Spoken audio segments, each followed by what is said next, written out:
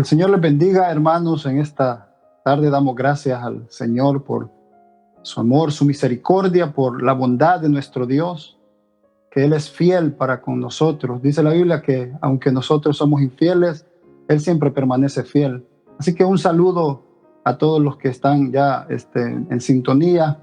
Vamos a darle la gloria al Señor, vamos a aprender de su palabra en esta hora y que sea el Señor, ¿verdad? Dirigiéndonos para poder aprender de su palabra, para que su Espíritu Santo sea el que nos dirija y nos enseñe su palabra para poder alimentarnos, ¿verdad? Ya que entendemos que necesitamos el alimento espiritual cada día, hermanos. Cada día usted y yo necesitamos alimentarnos de la palabra del Señor. Nuestro espíritu necesita cada día alimentarse de la palabra de nuestro Dios.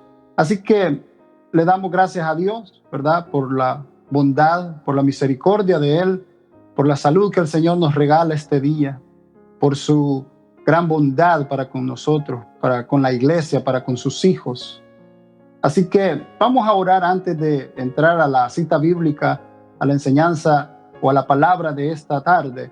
Así que ahí donde usted esté, incline su rostro o póngase de rodilla como usted guste, ahí en su hogar, y vamos a elevar una oración a nuestro Dios. Padre que habitas en los cielos, Señor, en esta tarde, Dios mío, bendecimos tu nombre, Señor, porque tú eres bueno y para siempre es tu misericordia. Señor, tu bondad es grande, Padre, tu bondad es grande, tu misericordia, Señor, es grande, Dios mío, que hasta este día, Señor, tú nos has guardado, tú nos has ayudado. Señor, hasta este día tú has tenido, Señor, misericordia de nosotros. Tu gracia nos ha arropado, tu gracia, Señor, nos ha salvado, Dios mío. Gracias, Padre, por cada hermano que está en sintonía, por cada hermano que ya está, Señor, pendiente, dispuesto, Señor, a escuchar tu palabra, a poder, Dios mío, en esta tarde alimentarnos, Señor, del pan espiritual. Señor, bendice a cada uno de los hermanos, bendice a cada uno, Señor, de los que están en sintonía, Señor, de este momento. Padre, gracias te damos. Dirige, Señor, nuestros pensamientos, dirige, Señor, nuestros labios, y que sea tu Espíritu Santo, oh Dios, controlando, Señor, todo lo que vamos a hacer, Señor, en esta tarde. En el nombre de tu Hijo amado Jesucristo te lo pedimos. Amén. Bien, puede, hermano, ahí abrir su Biblia. Vamos a ir a la primera epístola del apóstol Pablo, primera de Corintios, capítulo 1. Vamos a leer del verso 1 en adelante. Primera epístola a los Corintios, capítulo 1, versículo 1 en adelante. La palabra de Dios dice de la siguiente manera: Pablo, llamado a ser apóstol de Jesucristo por la voluntad de Dios, y el hermano Sóstenes, a la iglesia de Dios que está en Corinto, a los santificados en Cristo Jesús, llamados a ser santos con todos los que en cualquier lugar invocan el nombre de nuestro Señor Jesucristo, Señor de ellos y nuestro. Gracia y paz a vosotros de Dios, nuestro Padre, y del Señor Jesucristo.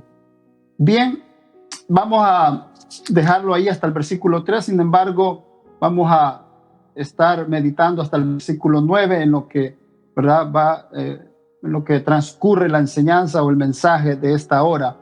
Bien, ¿verdad? Estamos en la célula, hemos estado estudiando también la carta de Timoteo, ¿verdad? Hemos estado hablando acerca, ¿verdad?, del apóstol San Pablo, que también escribió esa epístola, primera y segunda de Timoteo. Y en esta tarde también queremos hablar acerca, ¿verdad?, de lo que era esta carta, de lo que esta carta que Pablo escribe desde Éfeso a la iglesia de Corinto. No me voy a basar tanto, ¿verdad?, en el contexto histórico de Corinto, pero sí le voy a dar un poco de información de lo que era Corinto, ¿verdad?, una ciudad de la antigua Grecia, donde era muy próspera. Y aparte de ello también había mucha corrupción. También Corinto era conocido porque era un puerto marítimo, ¿verdad? Era un área donde desembarcaban, ¿verdad?, los barcos, había comercio, pero también había mucha inmoralidad. De hecho, Corinto, ¿verdad? En Corinto estaba uno de los templos para una diosa llamada Afrodita, la cual era la diosa, o ellos creían que era la diosa de la fertilidad, del amor. Y a consecuencia de ese templo, ¿verdad? Habían sacerdotisas de esa diosa Afrodita, que ellas pues lo que practicaban era la prostitución. Entonces se imagina el degenere, ¿no? La falta o sea, lo que había ahí era bastante corrupción sexual. Y pues muchos de los que venían en barco, los marineros, ¿verdad? Y todos los que llegaban ahí a Corinto, eran, pues, el deseo de ellos era estar ahí, ¿verdad? En ese templo para hacer las abominaciones que ellos hacían. Entonces la iglesia de Corinto, ¿verdad? En el capítulo 18 de Hechos, Pablo llega, dice la Biblia, a Corinto, y allí pues encuentra a Aquilas y a su esposa, ¿verdad? A quienes pues dice la Biblia que ellos eran del mismo oficio con Pablo. Entonces Pablo llegó a Corinto, estuvo allí 18 meses, dice la Biblia que 1 año y medio estuvo allí enseñándole a la iglesia. Sin embargo, por el lugar donde esta iglesia vivía, hermanos, no era fácil, ¿verdad? No era fácil el convivir diario de los cristianos, porque era una ciudad muy corrupta, era una ciudad llena de inmoralidad, nada que envidiara en estos tiempos, ¿verdad? También nosotros, dice la Biblia, estamos en este mundo, pero no somos del mundo. Sin embargo, ¿verdad? Vivimos en un mundo lleno de maldad, vivimos en un mundo donde la maldad está a la orden del día, la inmoralidad, ¿verdad? Hemos llegado a puntos donde hay que estar firmes en el Señor para no desmayar. Entonces, esa era la situación en la cual se encontraba la iglesia de Corinto, en ese lugar de Corinto. Por eso, cuando comenzamos con el versículo 1 del capítulo 1 que leímos, dice que Pablo, llamado a ser apóstol de Jesucristo por la voluntad de Dios.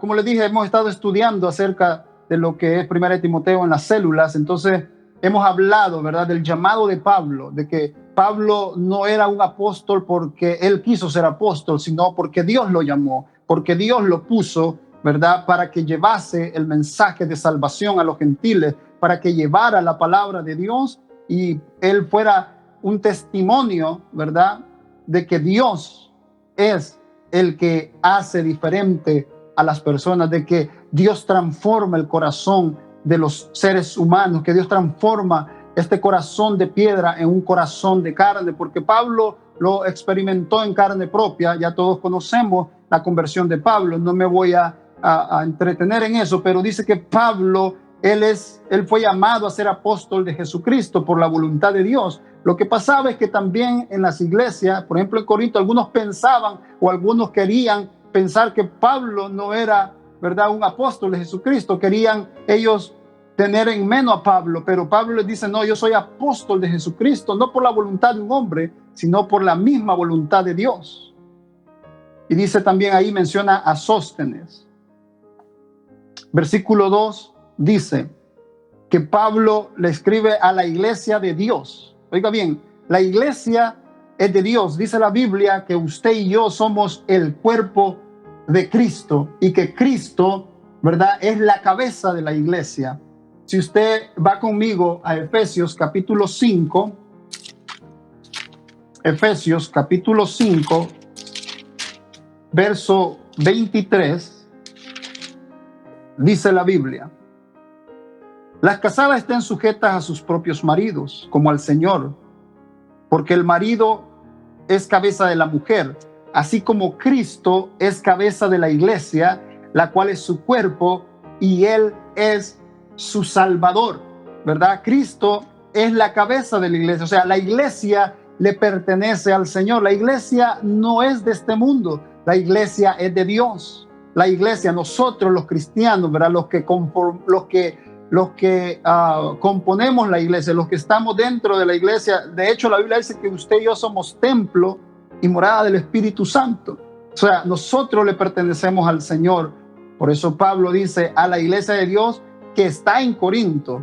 No dice a la iglesia de Dios de Corinto, no, la iglesia de Dios que está en Corinto. La iglesia de Dios podríamos decir que está en Virginia, la iglesia de Dios que está en X ciudad. O sea, somos los que hemos sido lavados con la sangre de Cristo, somos un solo cuerpo en Cristo. Él es la cabeza y nosotros somos la iglesia. Entonces Pablo le escribe a los Corintios y le dice a la iglesia de Dios que está en Corinto. Y oiga bien, y vamos a entrar acá en detalle lo que Pablo dice. Le dice a la iglesia de Dios que está en Corinto, oiga bien esto, a los santificados, a los santificados, ¿en quién? En Cristo Jesús. Vamos a estudiar esa palabra. ¿Qué quiere decir santificado? Mire, la palabra santificado en el griego es hagiazo, con J y G, hagiazo, ¿verdad? En el Nuevo Testamento esta palabra tiene 3 acepciones. Vamos a estudiar cada una de ellas, ¿verdad? Son 3 acepciones que tiene esta palabra en el Nuevo Testamento en griego, hagiazo, que es santificar, santificados. Por ejemplo, primero dice que puede indicar la dedicación de algo al servicio de Dios. Usted y yo, hermanos, hemos sido dedicados. Dios nos ha salvado para que le sirvamos, para el servicio a Él, para que usted y yo, ¿verdad?, le agradezcamos lo que Él ha hecho por nosotros. Entonces, una de las definiciones de esta palabra es que usted y yo hemos sido dedicados al servicio de Dios. O sea, hemos sido apartados, hemos sido consagrados para el servicio de Dios. Este significado incluye la santificación también de objetos, como en el Antiguo Testamento. Recuerda que se santificaban los objetos que se usaban en el tabernáculo. También los sacerdotes se santificaban. Pero la santificación, dice Pablo, de los cristianos, o sea, de la iglesia de Dios, es en Cristo Jesús. Usted y yo, hermanos, somos pecadores. Usted y yo, nuestra naturaleza no tiene nada de santo. Así que usted y yo podemos hacer lo que queramos hacer para llegar a ser santo y nunca lo vamos a lograr, porque usted y yo hemos nacido en pecado. Usted y yo hemos, ¿verdad?, estado en esta naturaleza, vivimos una naturaleza de pecado. Por lo tanto, usted y yo necesitamos de Jesucristo, necesitamos de Dios, necesitamos de su Espíritu Santo en nosotros para ser apartados por el Señor, o sea, para ser santificados. Por eso Pablo dice a la iglesia de Dios que está en Corinto, a los santificados, ¿en quién? En Cristo Jesús. Otra de las acepciones de esta palabra es, ¿verdad?, tratar como santo. Tratar como santo.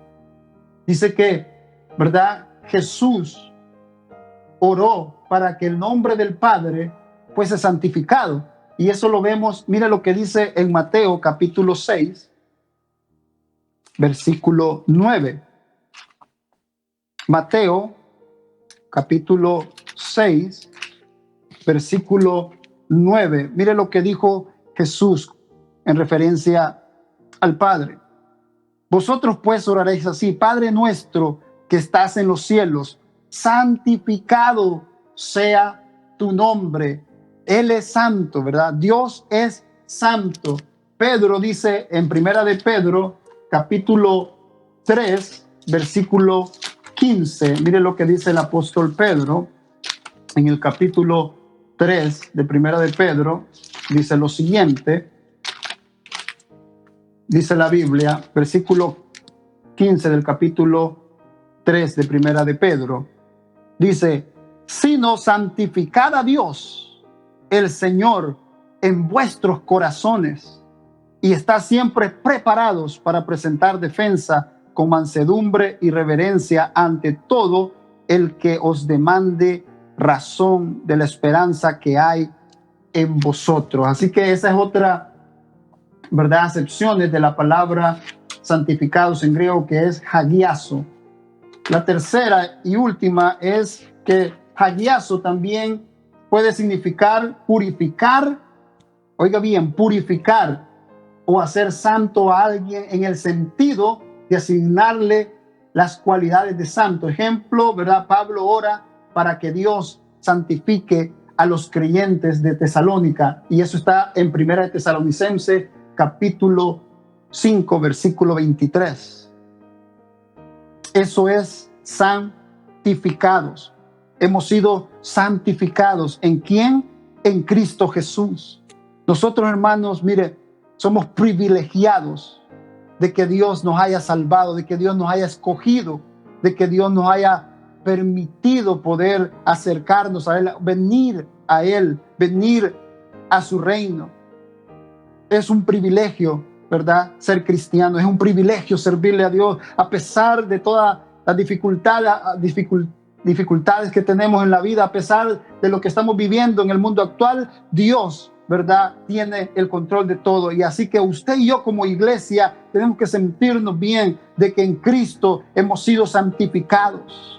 Es por medio de Jesucristo que usted y yo somos santos. Y Pablo sigue diciendo, mire, le vuelvo a leer el versículo 2.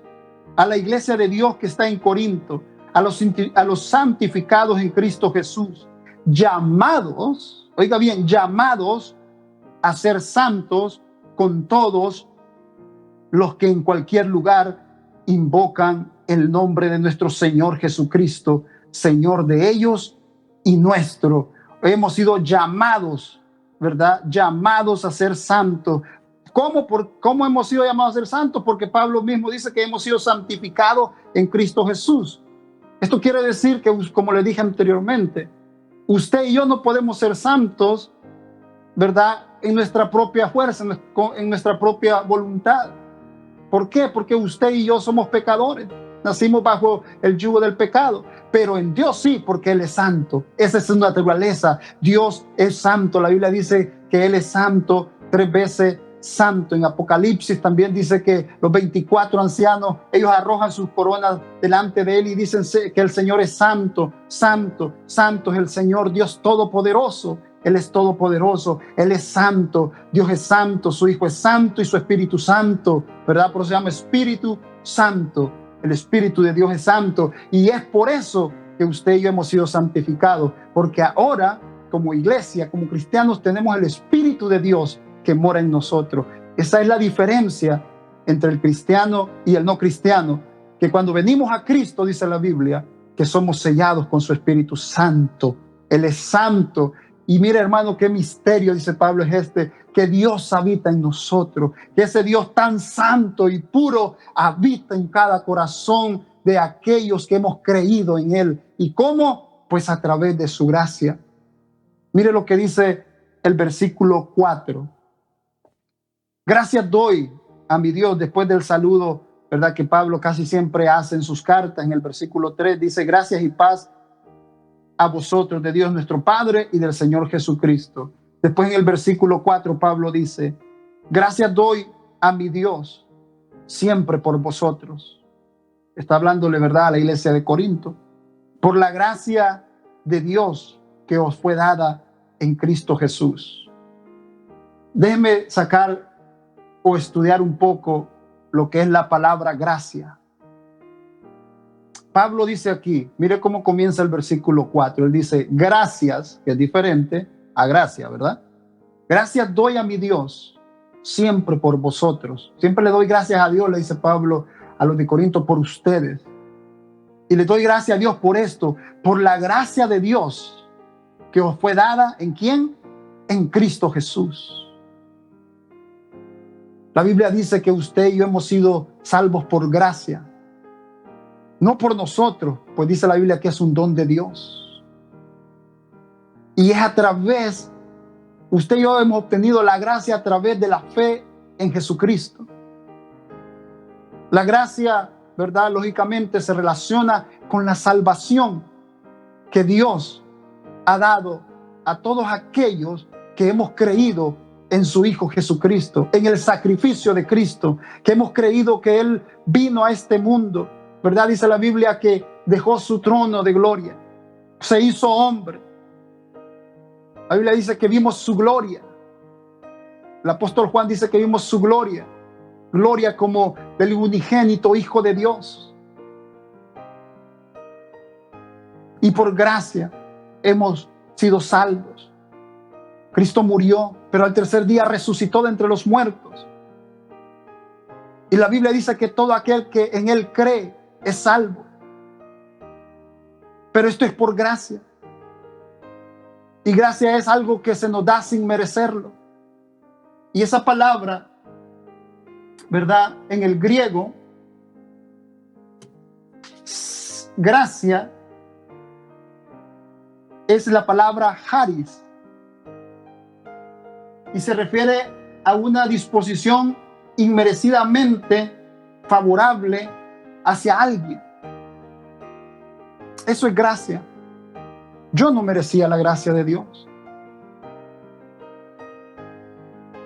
Por eso Jesucristo, en el plan de Dios, su Hijo vino a morir por nuestros pecados.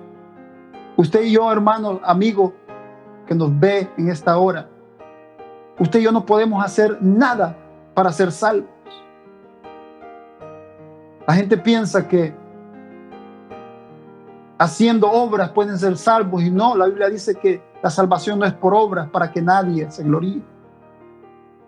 La salvación es por fe, es por gracia, es un regalo de Dios a todos aquellos que creen. El requisito para ser salvo, para obtener esta gracia, es creer en Jesucristo, nuestro Señor y Salvador. Jesucristo es el motivo de esta palabra. Jesucristo era la palabra que Pablo predicaba a las iglesias. Jesucristo es el que tiene que ser predicado hoy y siempre. El mensaje es que Jesucristo salva, que Jesucristo es el único camino al Padre. Él dijo: yo soy el camino, la verdad y la vida, y nadie va al Padre si no es por mí. No hay otro camino, no hay otra gracia. La única gracia es la gracia de Cristo a través de la fe. Esto es a través de la fe. Así que eso significa la palabra charis en el Nuevo Testamento. Esta palabra se utiliza a menudo relacionado con la salvación, como lo dijimos ya antes. Dice que Pablo emplea esta palabra para explicar que la salvación, ¿verdad?, viene porque Dios decidió mostrar su favor, redimiéndonos. Él nos redimió. Usted y yo estábamos muertos, dice la palabra, en nuestros delitos y pecados. Pero para eso apareció Cristo, para redimirnos, para salvarnos. Pero eso sí, hay que creer en el sacrificio de Jesucristo, ¿verdad? Es mediante la fe en Cristo. Por eso, mire lo que dice Romanos capítulo 5, versículo 1, muy conocido. Romanos capítulo 5, versículo 1 dice: justificados pues por la fe, oiga bien, por la fe tenemos paz para con Dios por medio de nuestro Señor Jesucristo. Es por medio de la fe que obtenemos la salvación, que Él nos ha dado la gracia, o sea, algo que usted y yo no lo merecíamos. Y el versículo que es muy conocido, el capítulo muy conocido en Efesios capítulo 2, ¿verdad? Que ya muchas veces lo hemos leído, lo hemos estudiado. Efesios capítulo 2, mire lo que dice el versículo 8 y el versículo 9. Porque por gracia sois salvos. ¿Por medio de qué? De la fe. Usted puede decir que es salvo, pero si no tiene fe, usted no es salvo. Porque la fe es por la fe. La salvación, perdón, es por la fe en Cristo Jesús. Por eso es que no solo es creer, porque la palabra creer implica creer, pero confiadamente, totalmente, una confianza plena en Jesucristo. Por eso Pablo dice a los Efesios: porque por gracia sois salvos, por medio de la fe. Y esto no de vosotros, o sea, usted y yo no podemos hacer nada para ser salvos, pues es don de Dios, no por obras, para que nadie se gloríe. Eso es la gracia de Dios, ¿verdad? Así que esta palabra es un favor que usted y yo no lo merecíamos. Dice que esta palabra también en el griego significa que es un favor inmerecido hacia un enemigo. Hacia un enemigo, o sea, no es algo fácil, pero Dios ha dado, ¿verdad?, esta gracia a través de la fe en Cristo Jesús a todos aquellos que hemos creído en Él. Así que Pablo dice, regresamos a 1 de Corintios, capítulo 1, verso 4, dice: gracias doy a mi Dios siempre por vosotros, Corintios, por la gracia de Dios, oiga bien, que se os fue dada en Cristo Jesús. Y oiga bien acá, la iglesia de Corinto, cuando usted lee todo el capítulo 1, pareciera, hasta el versículo 9, pareciera que en la iglesia de Corinto todo estaba bien. Porque oiga bien, mire lo que Pablo le dice en el versículo 5. Porque en todas las cosas fuisteis enriquecidos en Él, en toda palabra y en toda ciencia. Pareciera, ¿verdad?, que hasta ahí todo está bien, pero lo que hemos estudiado en las epístolas a los Corintios, la primera, ¿verdad?, la primera carta y la segunda, sabemos el problema que había en la iglesia. Había divisiones, habían herejías, también habían, ¿verdad?, los había arrastrado la inmoralidad también que existía en la ciudad de Corinto, porque era una ciudad donde habitaban diferentes razas, no solo eran los griegos, habían romanos y también había una buena comunidad de judíos.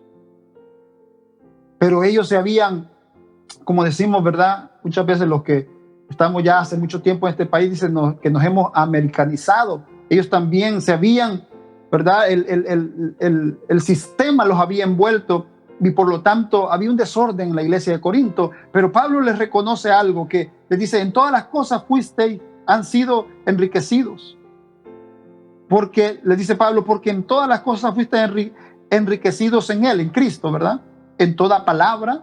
Recuérdese que Corinto era una ciudad de la antigua Grecia, entonces los griegos son conocidos por la filosofía, ¿verdad? Entonces había mucha ciencia, había mucho conocimiento, no necesariamente de Dios, sino filosófico, pero a los corintios Pablo le reconoce que había conocimiento en toda palabra, y también les dice en toda ciencia. El versículo 6 les dice: así como el testimonio acerca de Cristo ha sido confirmado en vosotros. Pablo reconoce que la fe de ellos era genuina en Cristo, porque el testimonio de ellos lo confirmaba. Miren lo que les dice, cómo este testimonio de ellos era confirmado, cómo la fe de ellos es que habían recibido el mensaje de Cristo, que les dice Pablo en el versículo 7, de tal manera que nada os falta en ningún don. O sea, en lo espiritual tenían todos los dones. En esa iglesia se movían todos los dones espirituales. Pero eso no quiere decir, hermanos, que porque yo tengo un don, porque usted tenga un don, no quiere decir que todo está bien, porque los dones Dios los da. Pero el don no muchas veces, ¿verdad?, refleja mi espiritualidad. Porque hay gente que tiene dones, hay otros que no tienen dones. Hay otros que tal vez los tienen, pero todavía no los han usado. No se dan cuenta que ahí está el don de ellos, de Dios en ellos, porque Dios da los dones. Y los dones de Dios son irrevocables. Por eso es que muchas veces uno dice: pero ¿cómo Dios usa a ese hermano, a esa hermana, pero su vida no parece que es muy ordenada, ¿verdad? Pasaba lo mismo con los corintios. Tenían todos los dones, Dios los había enriquecido en todo. Pero había un problema en ellos. De tal manera, dice Pablo, que nada os falta en ningún don. Y si usted lee, como le digo, toda la carta, la primera de Corintios y segunda, usted se va a dar cuenta que había desorden en los dones. Por ejemplo, el don de lenguas, había un desorden. Y Pablo, ¿verdad?, les aconseja y les dice cómo tenían que usarse los dones. No me voy a meter mucho a eso porque el tiempo apremia. Pero Pablo les reconoce, ¿verdad?, que era una iglesia que habían creído en Cristo, pero que había muchas cosas que mejorar, como hoy en día, hermanos. todos en la iglesia tenemos mucho por recorrer. Dios no ha terminado con nosotros todavía. Usted y yo tenemos que entender esto, que usted y yo somos perfectos en Cristo, ¿verdad? Nosotros no somos somos perfectos en Cristo porque Él es perfecto y Él habita en nosotros. Ese es el misterio, ¿verdad? De que Cristo, siendo perfecto, que Dios siendo santo, Él vive en nuestros corazones y es a través del Espíritu Santo de Dios en nuestra vida que usted y yo, ¿verdad?, podemos ser lo que somos hoy, hijos de Dios. Así que Pablo dice que Dios los había enriquecido, ¿verdad?, a ellos en todo don, no tenían falta de ningún don. Y les dice, esperando la manifestación de nuestro Señor Jesucristo, el cual también os confirmará hasta el fin, para que seáis irreprensibles en el día de nuestro Señor Jesucristo. Mire el versículo 9, ya voy terminando. Pablo les dice, fiel es Dios. Mire, hermano, a pesar de muchas veces nosotros fallarle a Dios, Dios sigue siendo fiel. Pablo dice a los corintios, a pesar de todo esto, y reconozco que ustedes tienen todos los dones y que nada les falta, pero que había desorden en la iglesia, Pablo le dice, a pesar de todo eso, Dios es fiel. Hermano, Dios es fiel. No dudes de la fidelidad de Dios. A pesar del problema, a pesar del dolor que mucha gente pasa en estos tiempos, Dios es fiel. Dios es fiel. Él sigue siendo y Él será fiel porque Él es Dios. Él es santo, Él es soberano y Él es perfecto y no hay Dios como nuestro Dios. Y Pablo dice que Dios es fiel. Mire Deuteronomio, el capítulo 7, versículo 9 dice, conoce pues que Jehová tu Dios es Dios. Le dice el Señor al pueblo de Israel, Deuteronomio 7:9, conoce pues, ¿verdad?, a través de Moisés, que Jehová tu Dios es Dios. Y le dice, Dios fiel, que guarda el pacto y la misericordia a los que le aman y guardan sus mandamientos hasta 1000 generaciones. Dios es fiel. Dios nunca falla. Dios nunca fallará. Los que fallamos somos nosotros. Los que muchas veces nos apartamos somos nosotros. Pero la Biblia dice que aunque usted y yo seamos infieles, Dios permanece fiel. Es grande, hermano, nuestro Dios. Tenemos un Dios tan fiel. Tenemos un Dios tan bueno que Él sigue siendo fiel a pesar de nuestras rebeliones. Pablo dice, fiel es Dios, por el cual, o sea, por Dios, fuisteis llamados. ¿Para qué? Para la comunión con su Hijo Jesucristo, nuestro Señor. Dios es fiel, le dice Pablo, por el cual, o sea, por medio de esa fidelidad de Dios, por medio de la gracia de Dios, hemos sido llamados ¿a qué? A la comunión. A la comunión. ¿A la comunión con quién? A la comunión con Jesucristo, su Hijo, que es nuestro Señor. La comunión. La iglesia tiene que tener comunión con su Creador. La iglesia tiene que tener comunión con su Salvador. La iglesia tiene que estar en comunión con Jesucristo, nuestro Salvador. Sin comunión, sin relación con Cristo, no hay salvación. No hay, hermanos, no hay cristianismo. Porque esa es la fe que tenemos en Cristo, que Él es nuestro Salvador, sí, pero Él pide que tengamos comunión, que tengamos relación íntima con Él, que le conozcamos, que sepamos quién es nuestro Salvador, que entendamos lo que Él hizo en la cruz por nuestros pecados. Pablo dice, fiel es Dios, por el cual fuiste llamados. Iglesia, hemos sido llamados por Dios. No hemos sido llamados por el hombre. Usted y yo no servimos al hombre. Porque si sirviésemos o si servimos al hombre, entonces Cristo no está en nosotros. Usted y yo hemos sido llamados a servirle al Señor. Entendemos la autoridad que Dios ha delegado en el líder que tiene la iglesia, en este caso los pastores. Usted y yo como iglesia tenemos que amar a nuestros pastores, tenemos que respetar a nuestros pastores. Ellos son la autoridad de Dios en la iglesia.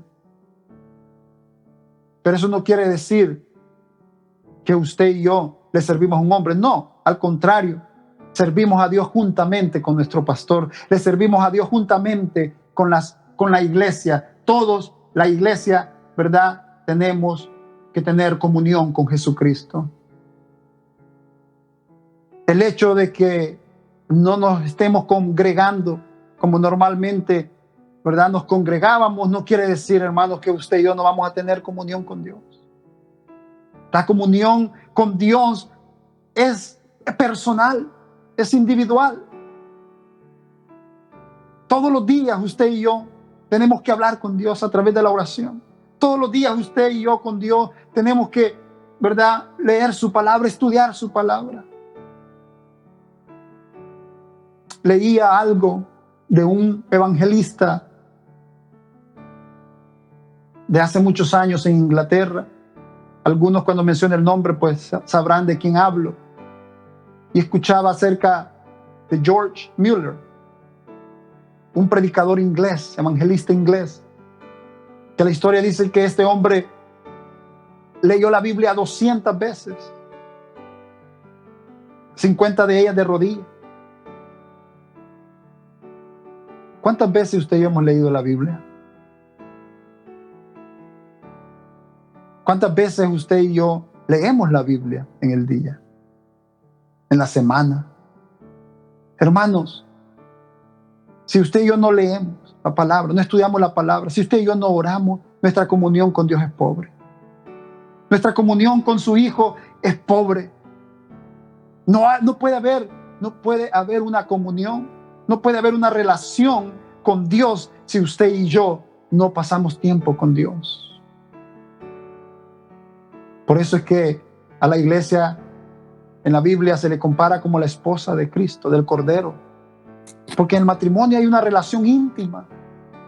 Mi esposa me conoce, yo conozco a mi esposa, pero ¿cómo nos conocemos? Porque tenemos una relación íntima. Si usted y yo no tenemos una relación personal, una relación íntima, una comunión con Jesucristo, Pablo dice, fiel es Dios por el cual fuiste llamados ¿a qué? A la comunión con su Hijo Jesucristo, nuestro Señor. Sí, es verdad, a veces perdemos el tiempo en otras cosas que no nos benefician para nuestra vida espiritual. Pero es tiempo, ¿verdad?, de que usted y yo analicemos y entendamos que Dios quiere que tengamos comunión con Él. No religión. La religión no me salva. Lo que me salva es creer en Jesucristo, su Hijo. Y como conozco a Cristo, el Hijo de Dios, a través de su palabra, a través de una comunión íntima con Él. Así que, hermano, voy a parar acá, voy a llegar hasta este versículo 9. Quería continuar, pero se me ha ido el tiempo. Y quiero que en esta tarde oremos por aquellos que están enfermos, por aquellos que tienen problemas, por aquellos que se sienten tal vez desanimados, que tal vez están débiles en la fe porque el tiempo en que vivimos pues ha sido crítico para la iglesia, porque hemos tenido momentos difíciles, no nos hemos podido congregar por muchos meses. Sin embargo, ya estamos, ¿verdad? Gracias a Dios, ya estamos los martes, los jueves y los sábados congregándonos. Los martes cultos de jueves, los martes cultos de oración, y los jueves, ¿verdad?, se ha hecho un culto general, un culto evangelístico donde podemos ir a alimentarnos de la palabra del Señor. Así que vamos a orar en esta tarde para despedirnos, y vamos a orar por los enfermos, vamos a orar por los problemas que tengan algunos hermanos, o si algunos amigos nos están viendo también. Así que incline su cabeza y vamos a orar. Padre que habitas en los cielos, Señor, en esta tarde, Te damos gracias por tu palabra, Señor. Te damos gracias por tu bondad, Dios mío. En esta hora, Señor, te pedimos por las peticiones, Señor, que tienen mis hermanos. Padre, tú conoces la intimidad de cada uno de ellos, su hogar, tú conoces su corazón, tú conoces, Señor, la salud de cada uno de ellos, Padre. Si hay algún enfermo entre nosotros, Señor, sánalo, Padre, tú tienes el poder para sanarlo. Aquel que está pasando por momentos difíciles, aquellos que han perdido, Señor, un familiar por esta pandemia, Señor, que estamos viviendo. Te pedimos, Señor, que tú consuele los corazones, Señor, de aquellos que han perdido a un ser querido, Padre. Señor, bendice a la iglesia. Señor, bendice a tu pueblo. Bendice, Señor, a aquellos que hemos sido santificados por medio de Jesucristo y que hemos sido llamados a ser santos en Dios. Padre, gracias por tu palabra en esta hora. Te bendecimos, te exaltamos y glorificamos tu nombre. Señor, bendice a tu pueblo. Gracias, Señor, te amamos y te bendecimos, Señor. En el nombre de Jesucristo, tu Hijo, te lo pedimos. Amén y amén. Que el Señor les bendiga, hermanos.